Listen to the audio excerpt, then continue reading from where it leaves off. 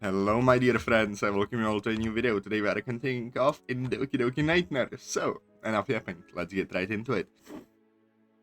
Wow, I just hope I can live up to your expectations, Sarah. Oh, Atazoth, you're so clueless sometimes. You're always looking out for me, ever since we were little. Don't you remember how we first met, when you saved me from those bullies in the park? How could I forget?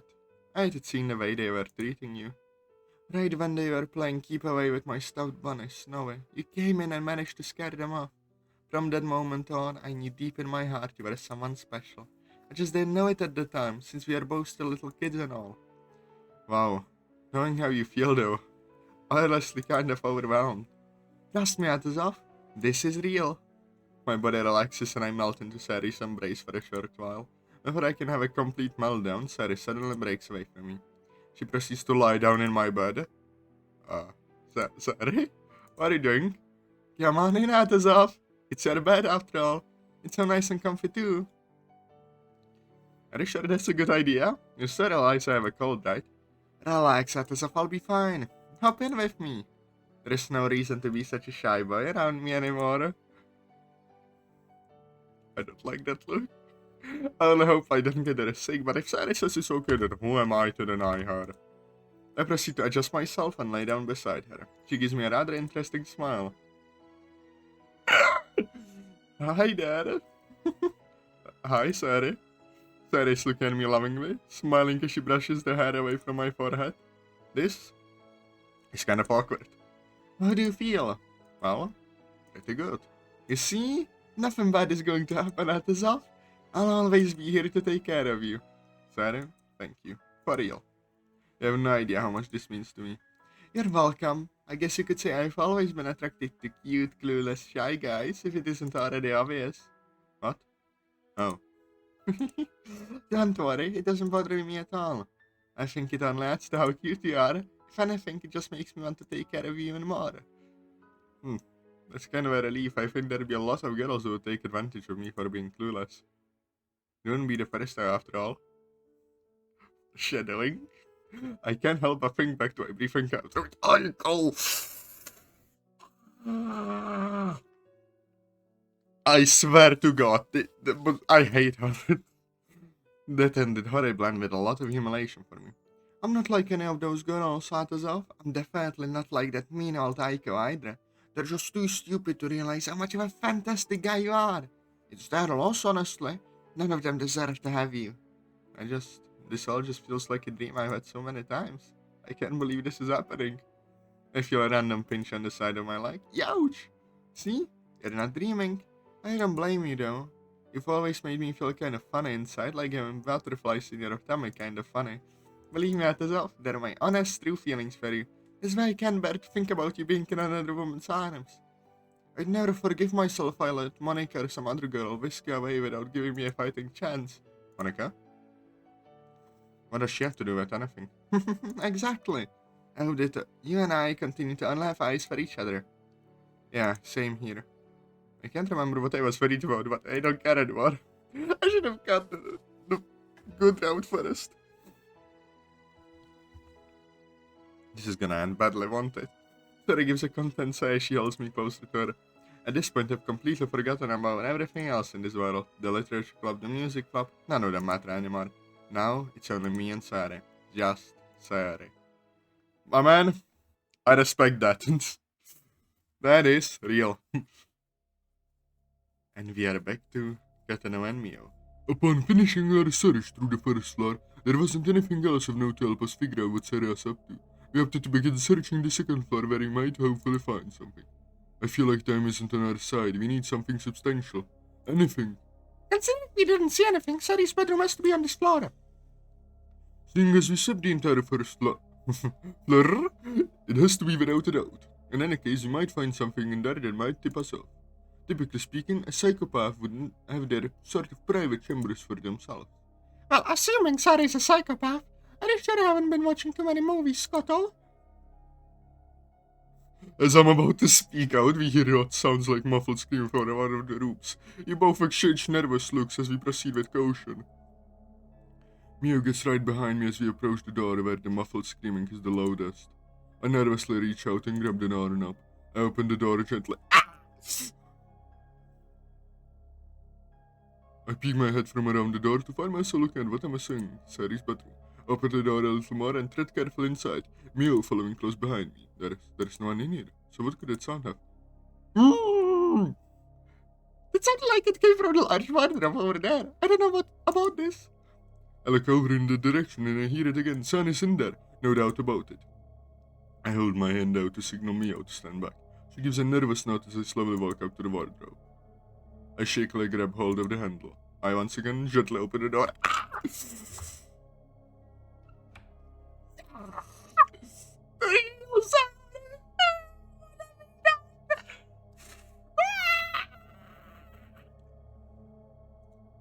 Wait, Sarah, it can be, can it?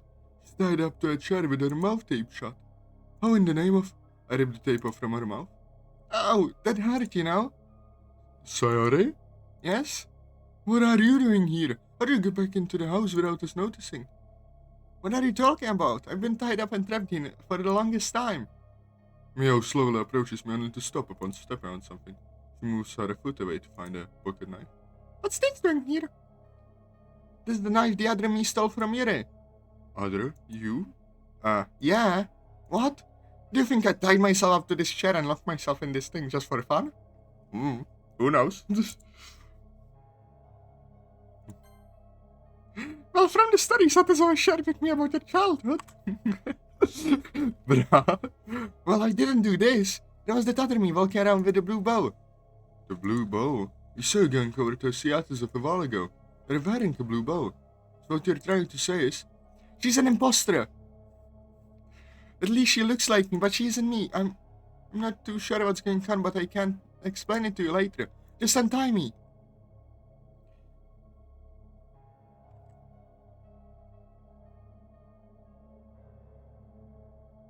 I feel so bad that we chose this, but I cannot afford to do it again. What have we done? I knew this would happen, but I still did it. But I did it.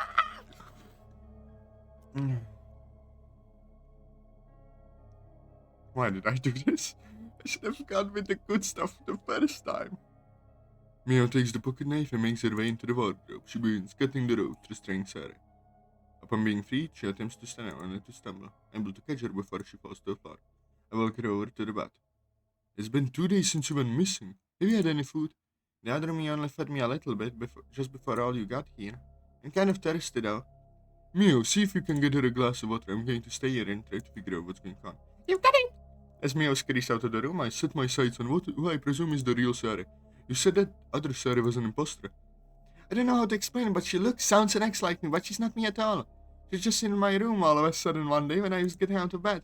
I just took a few steps and I felt like a lightning hit me. The next thing I knew, I was seeing that other me. She was even wearing the same pajamas. Same pajamas, but with a different bow? Yeah, that's it exactly. When I asked her who she said she was Sarah. When I told her that I was Sarah, she freaked out and called me an imposter. I tried to go for Mr. Bat to try and defend myself, but she got to him first and knocked me out. Mr. Bat? Sarah points to the bat lying in the car next to the wardrobe. The more I listen to Sarah's story, the more I wonder if... No, there is no way he can be involved, anyone but him. Still, I can't deny the possibility. What happened to Sarah sounds so much like one of Mother's stories. Stories that involve him. Could the him theoretically be the one and only deranged? I wonder. I doubt it, but I wonder.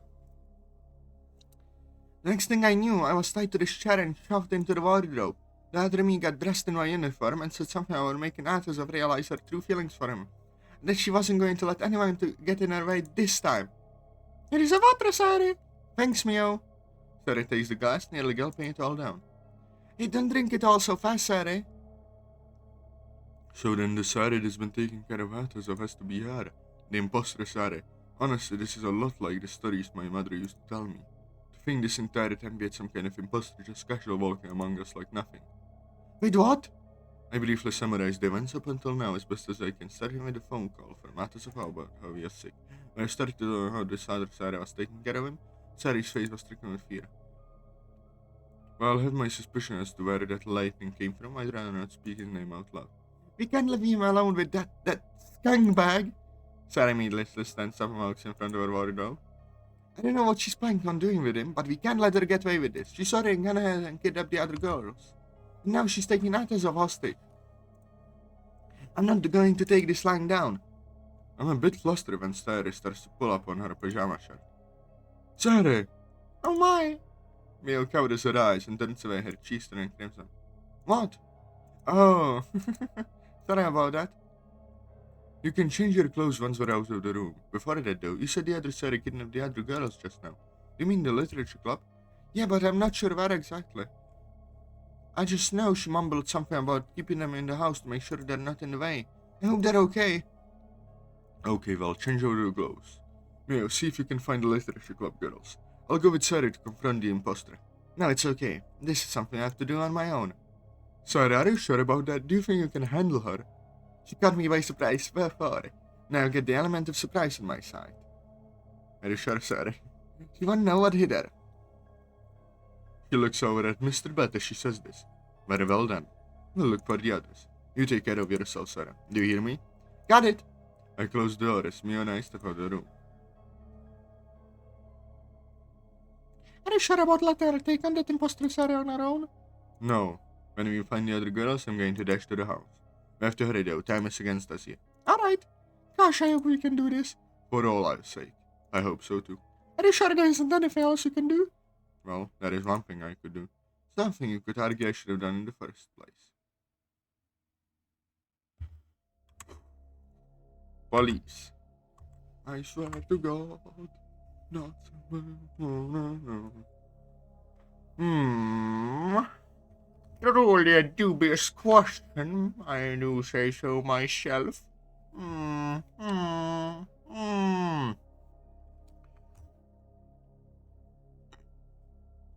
Let's go all out with the bad decisions. Why use backup? We got Sayori with a bat. No, I shouldn't. If we already gotten this far on our own, considering what we learned so far, calling the police would just, well, I feel like it only complicate things further. My mother and father might believe this story if I mentioned that he might be involved, but no one else would ever believe it. Not unless I find some other way to spin it. Gosh, I hope this is the right decision.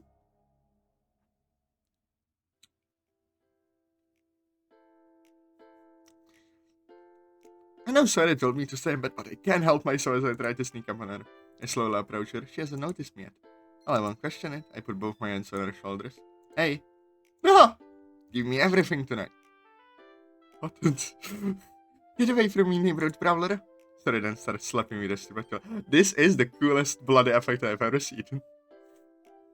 What the? Sayori, stop. Atazoth?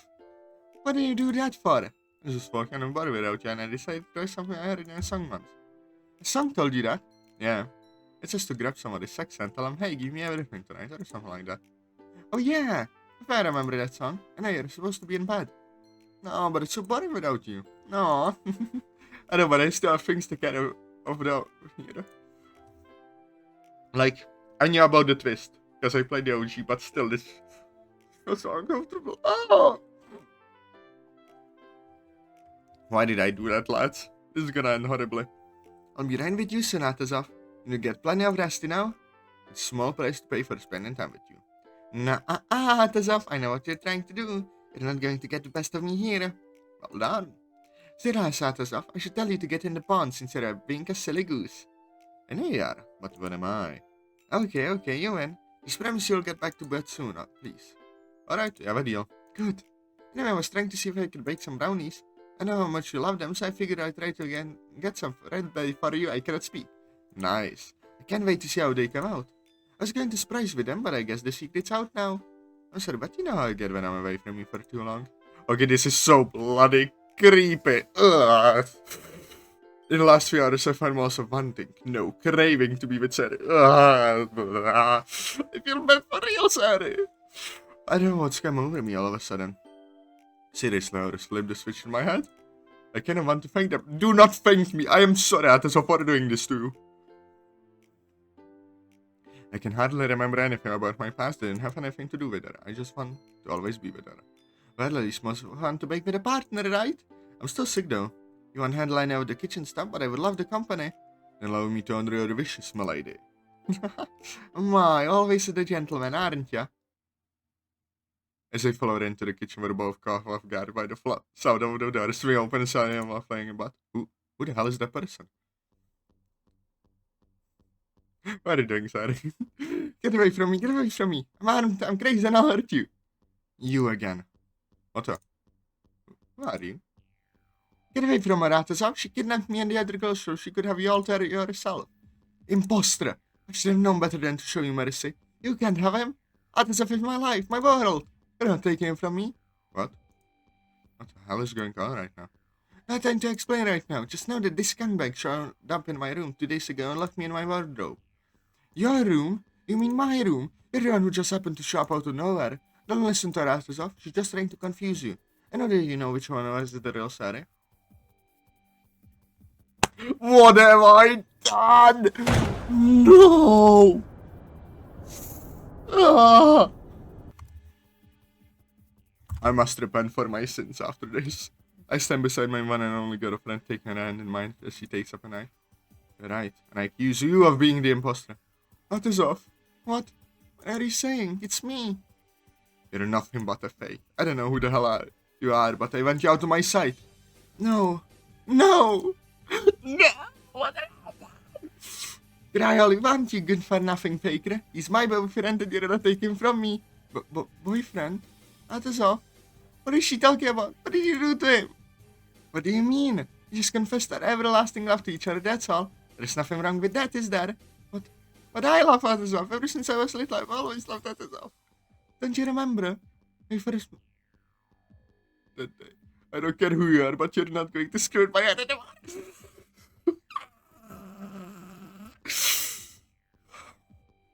I've never even met you.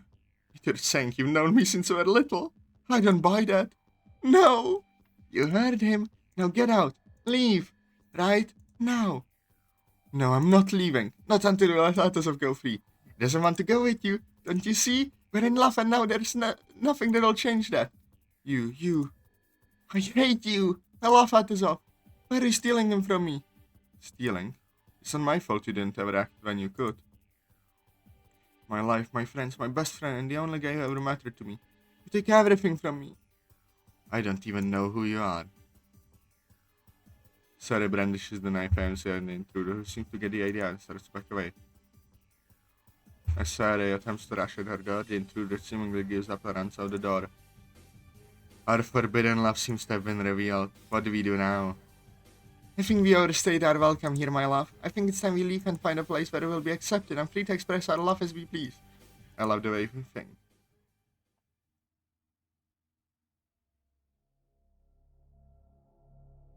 I ran over to the house, hoping I'm not late. I could kid myself for not going with her from the beginning.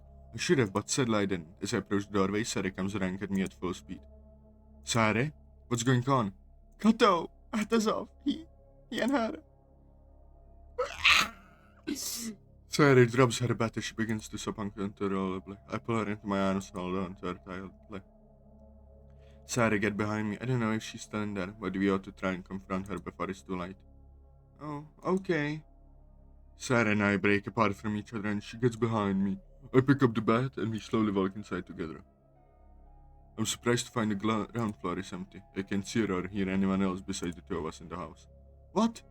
Where did they go? Sayori, I hate to put you under pressure, but can you tell me what happened? Sayori quickly recounts what happened after she barged into the house to confront the other Sayori.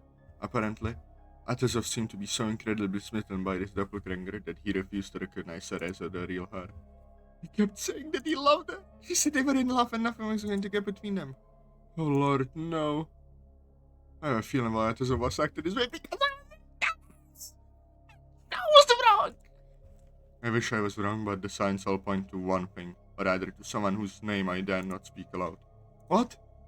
What is it, Koto? Wasting no time, I begin scurrying through the house, trying to look for any sign of them, or a hint of where they could be. I rush into the bathroom, and to my dismay, I spot an open window.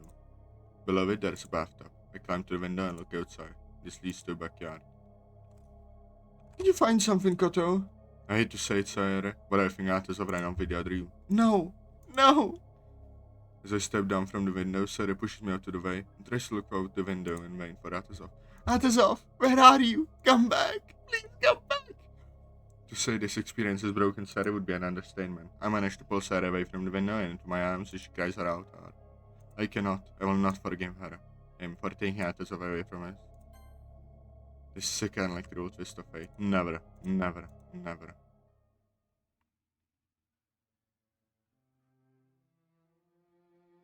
When I met up with Mio and the rest of the Literature Club, Sayori and I tried to explain everything as best we could. As bizarre as it all sounded, there was no other way we could explain everything. We spoke with conviction and emotion. Cousin Yuri managed to help back me up. I gave her a knowing look and she simply nodded solemnly. Several weeks had gone by ever since the strange encounter with Sayori's evil twin and her abduction of the Literature Club. I would like to say things slowly returned to normal, but I cannot. Heaven knows those are the words I would like to say to describe things, but that would be a lie. Atazoth never returned home, nor was he ever seen again. I told my father somewhat about what happened, and we kept it in mind to keep track of anything that could have led to him. There were rumors that someone matching his description was seen at a rather shady chapel open with a girl that looked like Sayori, but then the trail went cold after all. Every so often I would drop in on the Literature Club just to on things. Sayori was never quite the same. I later learned she suffered from depression from her and Monika, which only worsened my fears. Mio and I did our best to comfort and be there for Sayori, but at the end of the day, there was only so much we could do for her. In the end, there wasn't anything else we could do. It was a very dark and depressing day when Sayori didn't return to school. I later learned from cousin Yuri that it was because Sayori had suddenly taken her life. I was devastated upon hearing this news. According to Yuri, the only clue as to why she did came in from the note she left behind, detailing her spiraling emotional state and her broken heart and mind. It was enough that she lost her best friend. No, if anything, she lost someone who meant the world to her. So she dreamed of confessing her love to it every year, a smooth innocent passion like something out of a fairy tale and romance, gone forever. In her heart there was no one else. No, he was gone forever. That insulting that he had fallen for the other side and not her, denying her and saying this carbon copy was his true love. It seemed to be too much for her. This entire experience was very scarring and traumatic for her. Those self-deprecating thoughts consumed her until she couldn't handle it anymore. I wish there was something else I could have done, but Monika and Yuri carefully told me that she was too far gone and there was everything else we could have done. I think it was the most frustrating whatever he could have said as if to break his heart. In bed life, she could tell her about my suspense why he did that, but it would be unwise to do so. I was only endangering myself and Yuri in doing so. I'm reluctantly forced to keep this information to myself. I never met him face to face, but my mother and I have known him all our lives. I felt deep down this was his doing. As if I needed another reason to resent him, now he's chosen to stir chaos in our otherwise peaceful lives. There's no sense of guilt or shame. All he desires is entertainment. He manipulates the unsuspecting victims he claims as puppets. You've ruined the lives of two innocent people over secretly enough in another. You've affected the lives of those around them, as well in the process. I curse your name. I curse everything you stand for. A name that my other never wanted me to speak aloud. Then I get...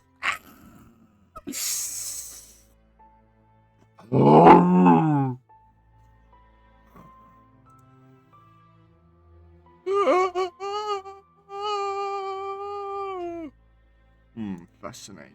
Someone dares to be my man. The descendant of a blood traitor, nonetheless. How interesting. I did not expect to see her get involved. I must keep this in mind in the future. These blood traitors might be a minor concern for later, but nothing I cannot deal with. I would say this dark copy of the one I chose as the template proved to be quite useful. Perhaps she did not turn out to be as much of a worthless creation as I hypothesized, although I would prefer she claim the pathetic whelp soul for me instead of running away with him. All in the name of love. Ha! How droll. No metal. I cannot speak. I suppose after all, the two already in my possession should suffice for the plan to work. Excellent. Most excellent indeed. I can already feel the stars aligning in my favor. Soon I will be free and not even my brother will be able to stop me. What have I done? Hello everyone, so nice to see you again. So how did you feel about the show? Terrible! Unfortunately, things didn't end so well for Sarah. She was left heartbroken with her world shattered. Not only did Atazoth ignore Kotona's warning, but he really just surrendered to his lust and the will of the Rankus. And now his fate remains unknown, and Sayori was left scarred by the mental and emotional trauma. Sadly, love, while a beautiful thing, can become twisted by negative factors, like gaslighting and manipulation. This was the case for Atazoth, as he allowed the doppelganger to play with him like a fiddle. In turn, he threw his life away, and as a result, Sayori's love for him was completely denied. Perhaps it might be a good idea to listen to Koto's advice in the future. Well, that's all for now. Until we meet again, my little forlorn hearts at home, stay golden. And remember that the moonlight is a messenger of love. Alright, chaps. Bad ending. My favorite game. Yeah, no bloody... No shit. Ugh. Okay, lads. Once. Tomorrow. I will try tomorrow. Yeah, ending too. My favorite game. Next time, I will first of all do the bad ending but with the police involved, but also we will start the good ending. I am heartbroken for my sins. I knew it was wrong to do so, but I still did it. Why, I do not know. I even considered restarting the recording, honestly, just to go for the good route. But yeah, I hope you'll enjoy it, and I'll see you all later. Bye bye.